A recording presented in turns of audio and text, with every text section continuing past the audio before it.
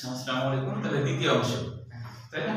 আচ্ছা, তাহলে আমরা এখন দেখো মেটা জাইলেম। মেটা মানে কি? পরবর্তী। অর্থাৎ হলো প্রথম যে জাইলেমটা হলো এরপরে যতগুলাই হোক না কেন তারা সবাই পরবর্তী জাইলেম। ফুলের ক্ষেত্রে তাই, ঠিক আছে? এইটাই ছবিটা দেখানো হয়েছে এবং কিভাবে হয়েছে সেটা তোমরা জানতে পারলে, দেখতে পারলে, তাই না?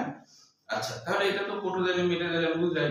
তাহলে তাই হচ্ছে প্রাথমিক অবস্থায় একে প্রোটোজাইলেম, পরিণত অবস্থায় এটা মেটাজাইলেম। মানে মেটা মানে পরবর্তী বোঝায়, পরবর্তী হতে গেলেই তারা পরিণত হয়ে যায়। হ্যাঁ, তারা পরিণত হয়ে যায়।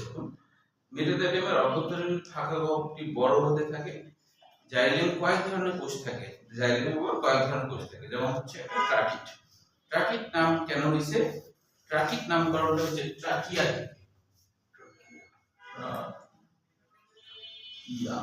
এর বাংলা অর্থ খসখসে। খসখসে নাম কেন হয়েছে? যে ট্রাকিটের যে তোমার হচ্ছে বাইরের প্রাচীর, সেটা হলো মসৃণ হয় না, সেটা হচ্ছে খসখসে হয়। মানে সেখানে বিভিন্ন ধরনের কূপ থাকে। কূপ মানে এরকম, ধরো এটা প্রাচীর, এটা ধরো প্রাচীর। এই প্রাচীরে এরকম জায়গায় জায়গায় ধরো কূপ আছে, এরকম কূপ। অথবা গোটা কোষ জুড়ে, গোটা কোষ জুড়ে ধরো এরকম গোটা কোষ জুড়ে কোষের চারিদিকে মানে এরকম বলয়ের মতো কিছু রেখা থাকে, অথবা সর্পিলাকার সাপের মতো কিছু রেখা থাকে।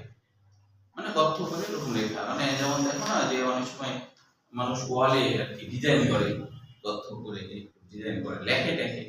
এরকম মসৃণ না, যেমন এটা ধরো মসৃণ, তাই না?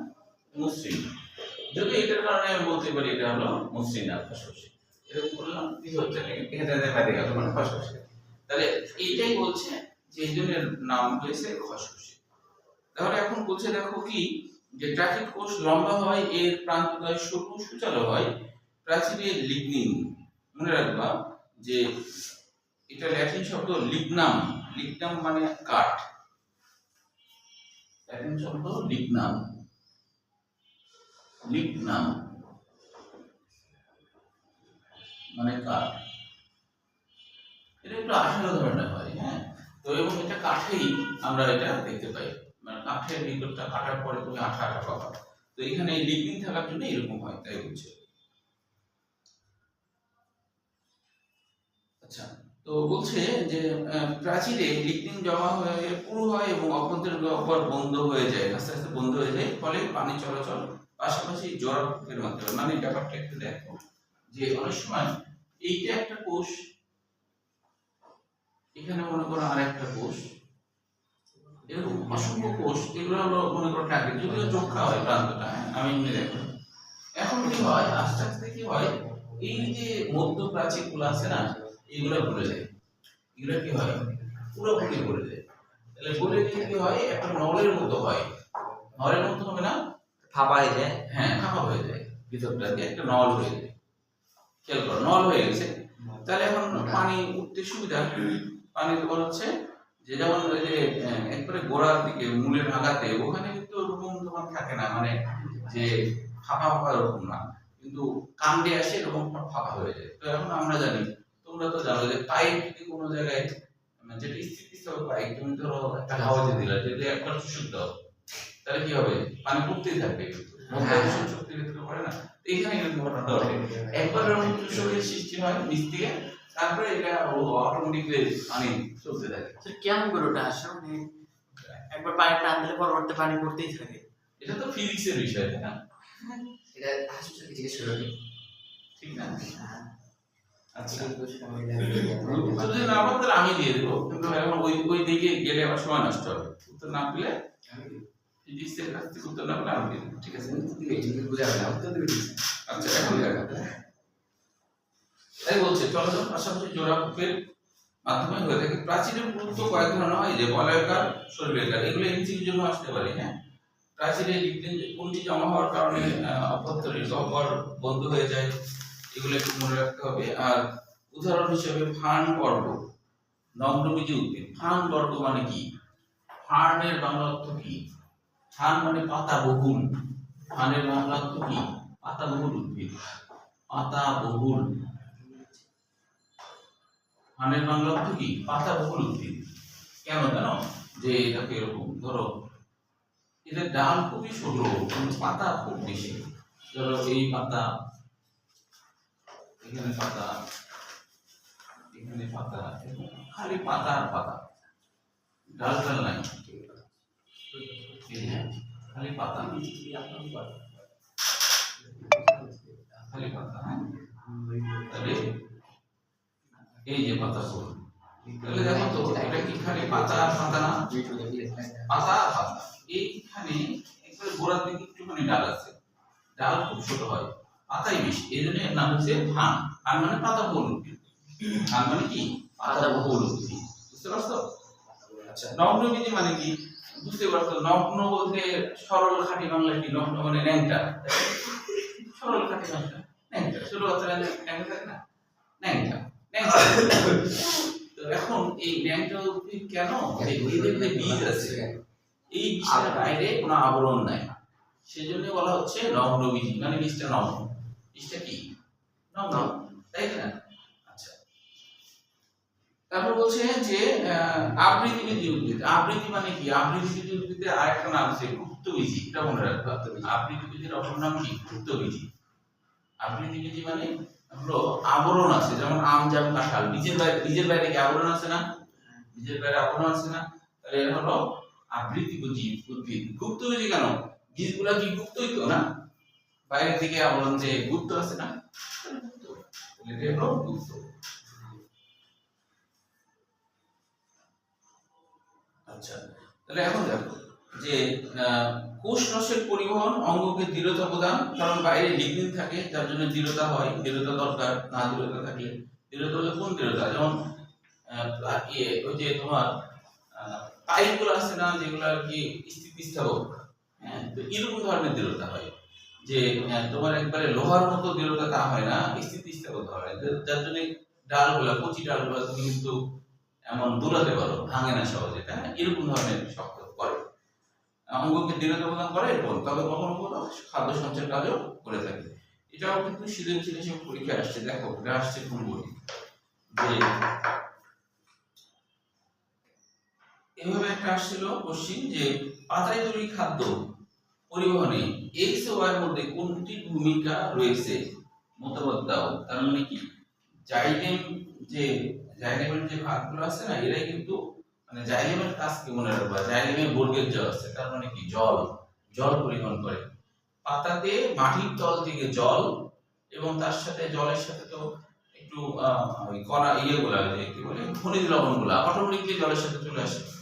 তাহলে পাতায় নিয়ে যাচ্ছে কে? জাইলেম। তাহলে জল নিয়ে যাচ্ছে, জাইলেম মানে জল, আর ফ্লুইড মানে ফুড, ফ্লুইড মানে ফুড, ফ্লুইড মানে ফুড, আর জাইলেম মানে জল। এইভাবে মনে রাখবে। তাহলে পাতাতে আবার তৈরিকৃত খাবারগুলা ফ্লুইড হলো এবার সকল উদ্ভিদের সকল জায়গায় পৌঁছায় দিচ্ছে, এইভাবে মনে রাখবে। তাহলে এটা বোঝাই যাচ্ছে তোমাকে যেটা বলছে সেটা হলো আসলে জাইলেমের কথা বলছে। জাইলেমের চারটা ভাগ এরকম লিখতে হবে, ছোট ছোট করে লিখলেও চলবে। এবার দেখো ভেসেল। ভেসেলের বাংলা অর্থ পাত্র সদৃশ নল, পাত্র সদৃশ নল। ভেসেলের বাংলা অর্থ পাত্র সদৃশ নল। দেখো বলছে ভেসেল কোষগুলো খাটো চোখের মতো, কোষগুলো একটির মাথায় আরেকটি সজ্জিত হয়, প্রান্তীয় প্রাচীরটি গলে গিয়ে একটি দীর্ঘ নলের মতো গঠন সৃষ্টি করে। এটাও তাই, ওই ট্রাকিলের মতোই একটি দীর্ঘ নলের সৃষ্টি করে। এর ফলে কোষরসের উপরে ওঠার জন্য একটি সরু পথ সৃষ্টি হয়। প্রাথমিক অবস্থায় এই কোষগুলো প্রোটোপ্লাজম পূর্ণ থাকলেও পরিণত বয়সে এরা মৃত এবং প্রোটোপ্লাজম বিহীন হয়। যেমন হলো যে বড় বড় গাছের যে ডাল, এরা খুব শক্ত না, এখানে প্রোটোপ্লাজম মারা যায়, যেমন এর মধ্যে কি প্রোটোপ্লাজম মরে আছে।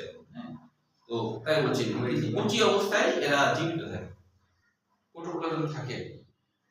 তো বলছে ভেসেলের প্রাচীর ট্রাকিটের মতো বিভিন্ন রূপে পুরু হয়, যেমন সর্বিলাকার, এটা আগের মতোই, হ্যাঁ, সাধারণত কয়েক সেন্টিমিটার লম্বা। তবে বৃক্ষ আরোহী উদ্ভিদে আরো অনেক লম্বা হতে পারে।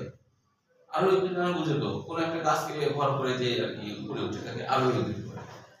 তো তারপর হচ্ছে এদের প্রধানত গুপ্তবীজী উদ্ভিদের সঙ্গে দেখা যায়, মানে আবৃতবীজী। নগ্নবীজী উদ্ভিদের মধ্যে উন্নত উদ্ভিদ যেমন নিটামে প্রাথমিক হেসেলে দেখা যায়। নিটাম কিন্তু নিটামের নামকরণ কেন হয়েছে জানো? নিটাম হলো একটা মালয়েশিয়া ভাষা। নিটাম হলো একটা মালয়েশিয়ার ভাষা। নিটামের বাংলা অর্থ কিন্তু আবার হচ্ছে যে না, এটা হলো একটা মালয়েশিয়া ভাষা, এটা একটা শহরের নাম। যেই শহরে এই নিটামটা খুব বেশি আছে ওই শহরের নাম নিজের নাম আছে। আচ্ছা, এবার দেখো যে জাইলেম প্যারেনকাইমা, জাইলেমের মধ্যে থাকা যে প্যারেনকাইমা সেটাই হলো জাইলেম প্যারেনকাইমা। অর্থাৎ জাইলেমের কে সাপোর্ট দেওয়ার জন্য যে প্যারেনকাইমাগুলো আছে। প্যারেনকাইমা মানে কি? প্যারেনকাইমা মানে সবচেয়ে ভিতর। প্যারেনকাইমা মানে সবচেয়ে ভিতর। কেন এরকম নাম হলো? সবচেয়ে ভিতরের কোষ। প্যারেনকাইমা মানে সবচেয়ে ভিতরের কোষ বা সবচেয়ে ভিতর। কেন এরকম নাম হয়েছে? কারণ প্যারেনকাইমাগুলো কিন্তু তুমি কখনোই বাইরে পাবা না। প্যারেনকাইমাকে তুমি কখনোই বাইরে পাবা না, তুমি সবসময় উদ্ভিদের ভিতরে পাবা। সেজন্য এরকম নাম হয়েছে।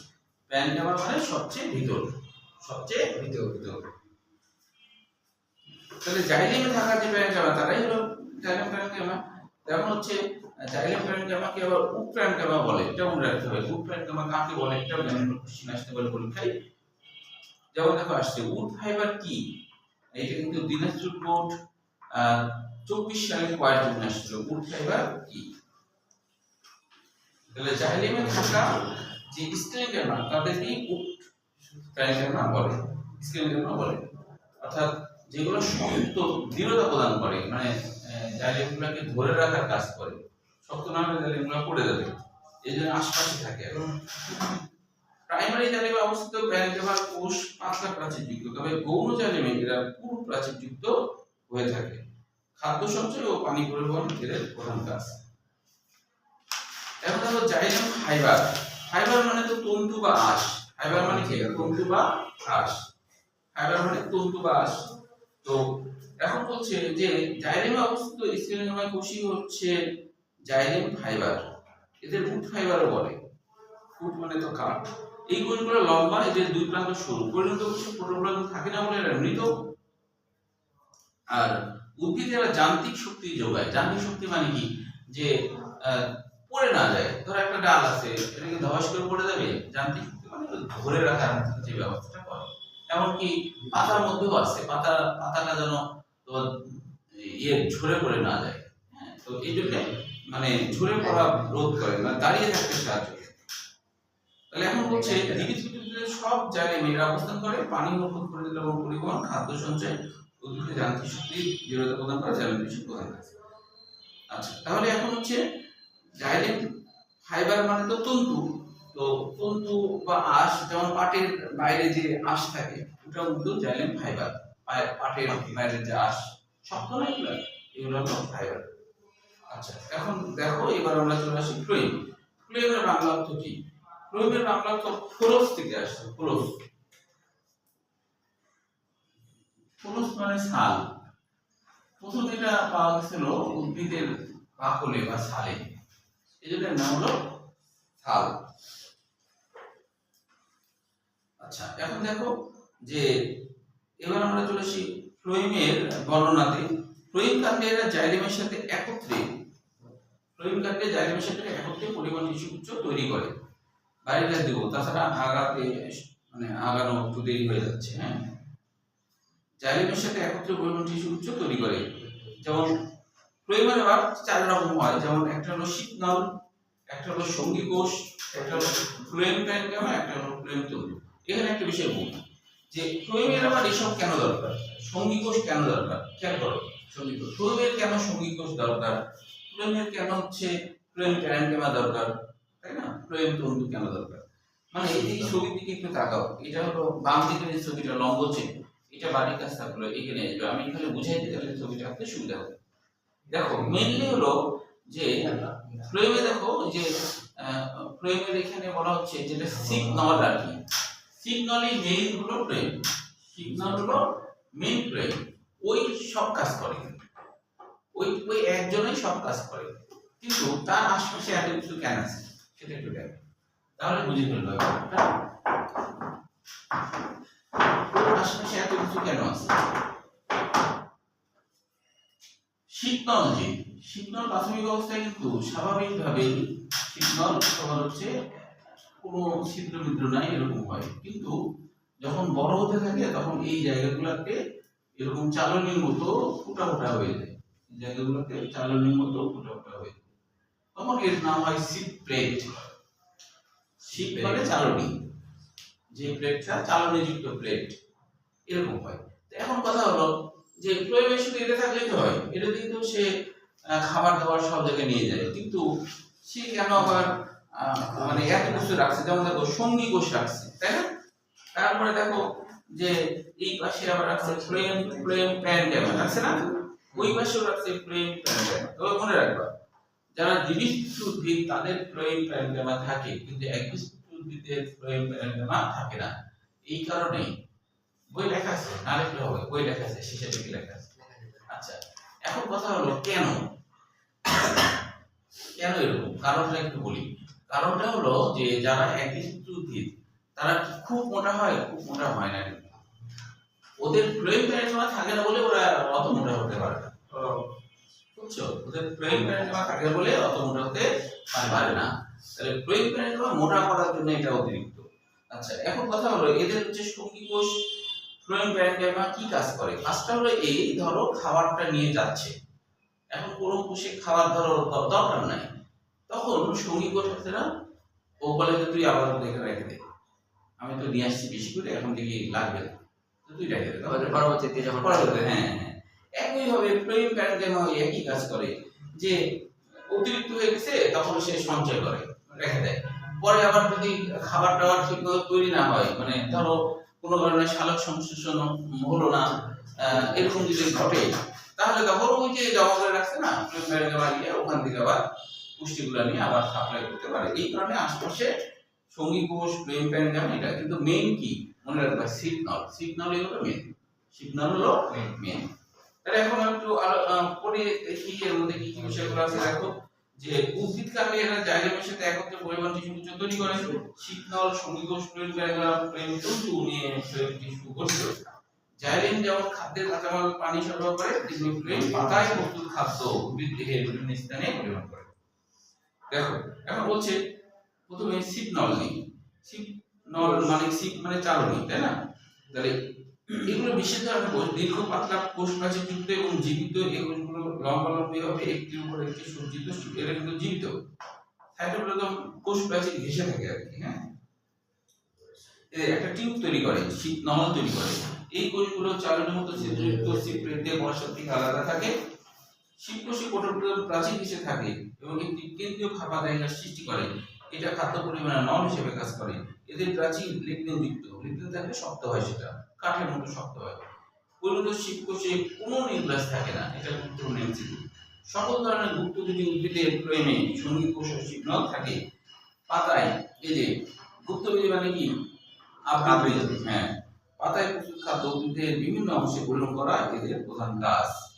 এখন দেখো সঙ্গী কোষ, প্রতিটি কোষের সাথে একটি করে প্যারেনকাইমা জাতীয় কোষ থাকে। এদের নিউক্লিয়াস বড়, ধারণা করা হয় এই নিউক্লিয়াস কোষের কার্যাবলী কিছু পরিমাণ হলে নিয়ন্ত্রণ করে। এই কোষে প্রোটোপ্লাজম দিয়ে পূর্ণ এবং পাতলা প্রাচীর যুক্ত। ফান্ড ও ব্যাক্টোবীজী উদ্ভিদে এদের উপস্থিতি নাই। এই দেখো যে আবার এইটাও নাই, ফ্লোয়েম প্যারেনকাইমাতেও নাই, আবার এটাও নাই। অর্থাৎ হলো যে ফান্ড আর ব্যাক্টোবীজী উদ্ভিদ, ব্যক্ত মানে কি নগ্ন, ব্যক্ত মানে নগ্ন, ব্যক্ত করতে বলছে না, আমি ব্যক্ত করতেছি, ব্যক্ত মানে নগ্ন। ফান মানে তো বললাম, তাহলে ফান আর ব্যাক্টোবীজী উদ্ভিদ এর নাই, কারণ কি ফান আর ব্যাক্টোবীজী উদ্ভিদ আরো বেশি জীবন না, ফান যে তারা হয় তারা আরো বেশি চিকন, অত চিকনে এত কিছু থাকলে তো মোটা হয়ে যাবে, তাই না? তাহলে যেমন শীতকালে তুমি ধরো যে 5টা পোশাক পরতেই পারো, পরলে কি তুমি মোটা হয়ে যাবে না? গরমকালে তুমি পরবা, তাই পরবা না তো, তাহলে চিকন গাছে কি অত কিছু দরকার? তাই চিকন গাছগুলোতে এগুলো থাকবে না, এটাই স্বাভাবিক, এগুলো এনসির জন্য কিন্তু করতে হবে। এখন তো ফ্লোয়েম প্যারেনকাইমা, শুধু ফ্লোয়েম প্যারেনকাইমা, এটা আসছিল চট্টগ্রাম বোর্ড 25 সাল বয়ের জন্য। চট্টগ্রাম বোর্ড ব্যাক্টোবীজী মানে নগ্নবীজী, হ্যাঁ, ব্যক্ত মানে নগ্ন, ব্যক্ত মানে নগ্ন। তাহলে এখন কি বলছে, ফ্লোয়েমে অবস্থিত প্যারেনকাইমা কোষগুলো হলো ফ্লোয়েম প্যারেনকাইমা। এদের কোষ সাধারণত প্যারেনকাইমার মতো পাতলা কোষ প্রাচীর যুক্ত, প্রোটোপ্লাজম যুক্ত। এরা খাদ্য সঞ্চয় করে এবং খাদ্য পরিমাণে সহায়তা করে। এরা খাদ্য সঞ্চয় করে এবং প্রয়োজন হলে আবার এটা এখান থেকে নিয়ে পরিবহন করার কাজটা করে। হান জাতীয় উদ্ভিদ, নগ্নবীজী উদ্ভিদ, দ্বিবীজপত্রী উদ্ভিদের ফ্লোয়েম টিস্যুতে ফ্লোয়েম ফাইবার থাকে, একবিচ্ছিন্ন দিয়ে দেখো, একবিচ্ছিন্ন থাকে না, যেটা বললাম একবিচ্ছিন্ন থাকে না, কারণ এটা মোটা না তাই এদের এটা থাকে না।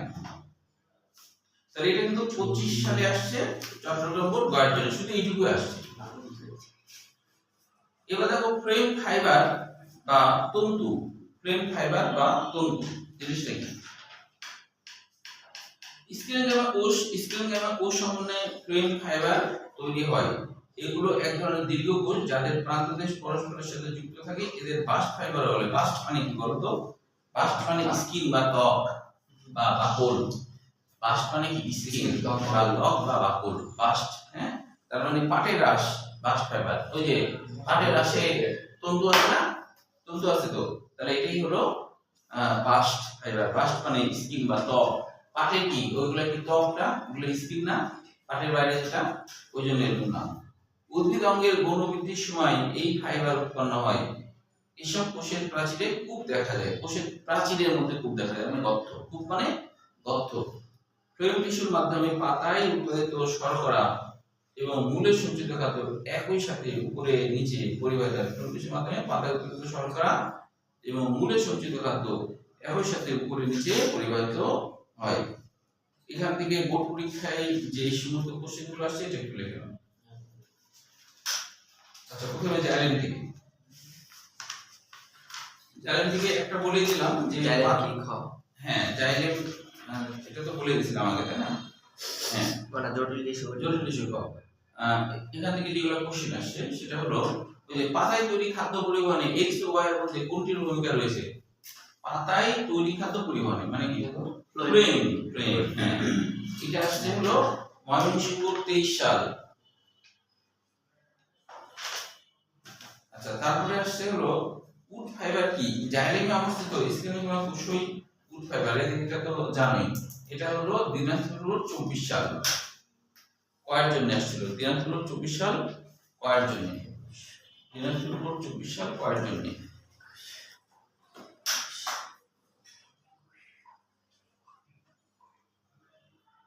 তারপরে দেখো আসছে উদ্ভিদের পরিবহনে বিসি এর ভূমিকা বিশ্লেষণ করো। বিসি মানে জাইলেম ফ্লোয়েম, বিসি মানে জাইলেম ফ্লোয়েম। উদ্ভিদের পরিবহনে বিসি এর ভূমিকা বিশ্লেষণ করো। এটা আছে চট্টগ্রাম বোর্ড 25 সাল কয়ের জন্য। বিসি মানে কি? জাইলেম ফ্লোয়েম, বিসি মানে জাইলেম ফ্লোয়েম। তাহলে এটা চট্টগ্রাম বোর্ড 25 সাল কয়ের জন্য। তারপরে দেখো আসছে যে ফ্লোয়েমকে পরিবহন টিস্যু বলা হয় কেন? কয়ের জন্য আসছে, ব্যাখ্যা করো। ফ্লোয়েমকে পরিবহন টিস্যু বলা হয় কেন? এটা সেটা হ্যাঁ, এটা নেক্সট ওয়ান বুঝতে হবে। যশোর বোর্ড 23 সাল কয়ের জন্য, যশোর বোর্ড 23 সাল কয়ের জন্য, যশোর বোর্ড 23 সাল কয়ের জন্য।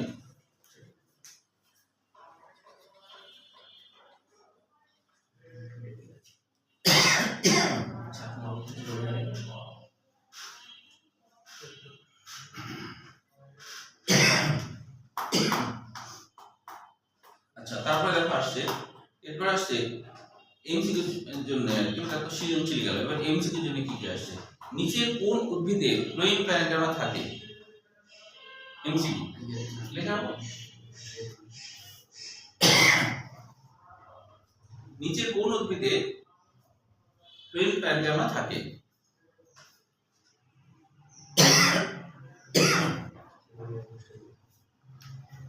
সিলেট বোর্ড 22 সাল। উত্তর হলো কুমড়া। কত বাজলো? কয়টা বাজে? 25 বাজে গেছে। সিলেট বোর্ড 22 সাল, খ উত্তর ছিল কুমড়া। আচ্ছা, তারপর হলো 2 নম্বর, কোনটির প্রাচীর ঘেঁষে প্রোটোপ্লাজম থাকে? কোনটির প্রাচীর ঘেঁষে প্রোটোপ্লাজম থাকে? চট্টগ্রাম বোর্ড 20 সাল, শিবকোষ।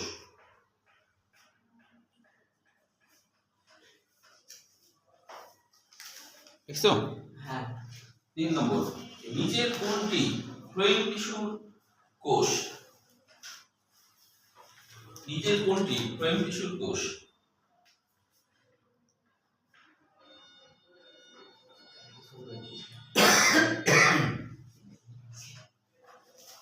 উত্তরটা শিবকোষ, বরিশাল কোর্ট, 21 সাল।